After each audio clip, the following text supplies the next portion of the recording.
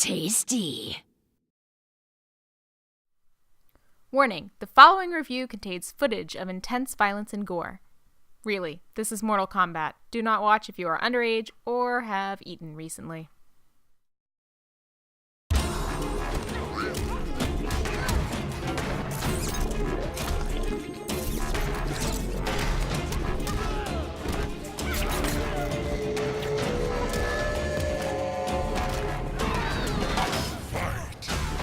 It has been 4 years since Mortal Kombat rebooted and redeemed itself as a fighting game.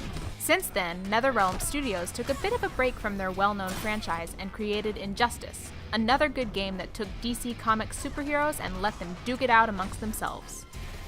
Now that we're getting back into a brand new Mortal Kombat game, we have one major question that needs answering. Is the new Kombat as good as its more recent predecessor?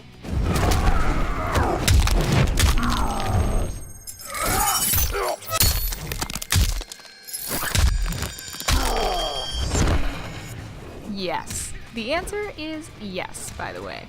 The new Mortal Kombat game has the honor of being arguably the best Mortal Kombat game ever made. The gameplay is tight, fluid, and covered under mountains upon mountains of violent gore.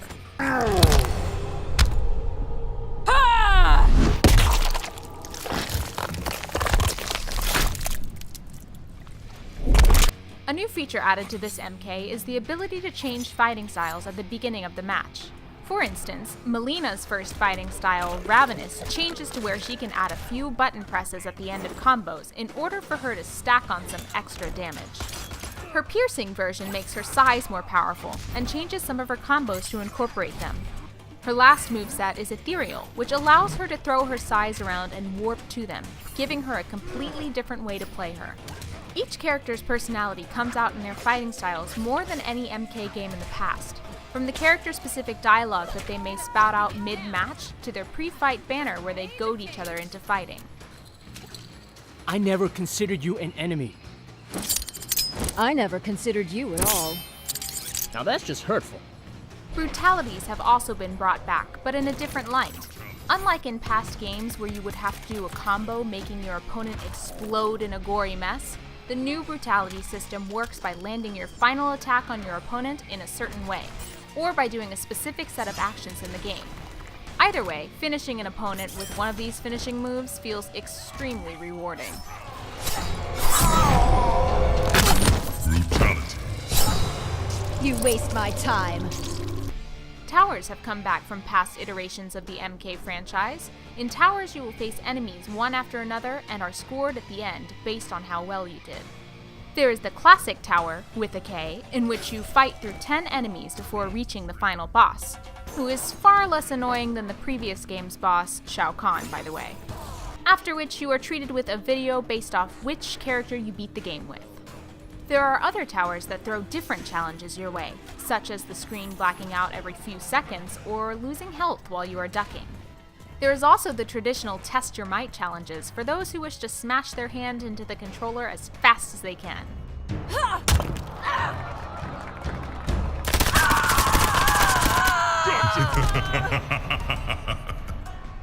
Story mode has been brought back from the previous game, and it takes off from where the last game left off. Like what the Mortal Kombat reboot did for Mortal Kombat 1 through 3, this MK sort of does for MK4. The major difference is that while the original MK4 took place during one specific time, this Mortal Kombat takes place over a 20-year period.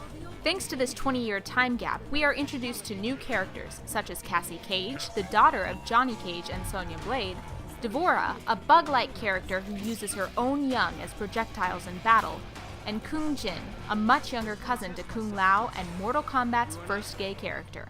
They won't accept. They care only about what is in your heart, not whom your heart desires. They are off on an adventure to prevent Shinnok, a fallen elder god, from corrupting the Earth's life force, killing everyone in the process. During the story, we get to try out many of these characters, as well as see a few characters as cameos. Welcome home, Jackson Place. This hell is not my home. Then why be fool enough to return? I got a family to protect. Quan Chi reunited me with my family. Interestingly enough, you have to fight against several unplayable characters in the story mode that have their own fighting styles. The first is Tanya, who fights with Katana's fighting style, but has a few of her own special moves. Since she already has been confirmed as downloadable content, it isn't too surprising that she already has a finished model in the game. However, several other characters that have not been announced as playable in any form are fightable, including Baraka, Rain, and Sindel. It'll be interesting if these characters end up coming out as additional downloadable content in the future, free or otherwise. Online mode has you join one of 5 factions, which are competing with each other for the highest score. You can raise this score by playing in different towers, playing in different battles, or fighting against other factions directly. Leveling up in your faction gives you different rewards, as well as different finishing moves depending on which faction you're using. Kill him.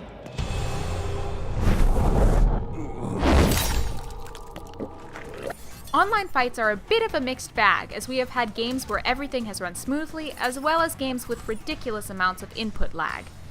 Playing matches with extreme amounts of input lag becomes a bit difficult, especially when you combine it with people who like to spam the same moves over and over again. If you're a fan of Mortal Kombat, you should buy this game. If you're a fan of fighting games, you should buy this game. Mortal Kombat is a great, meaty, gory, disgusting fun that is well worth the purchase.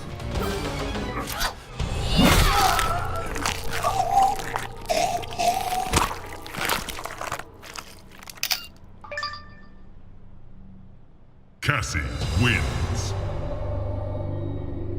Fatality.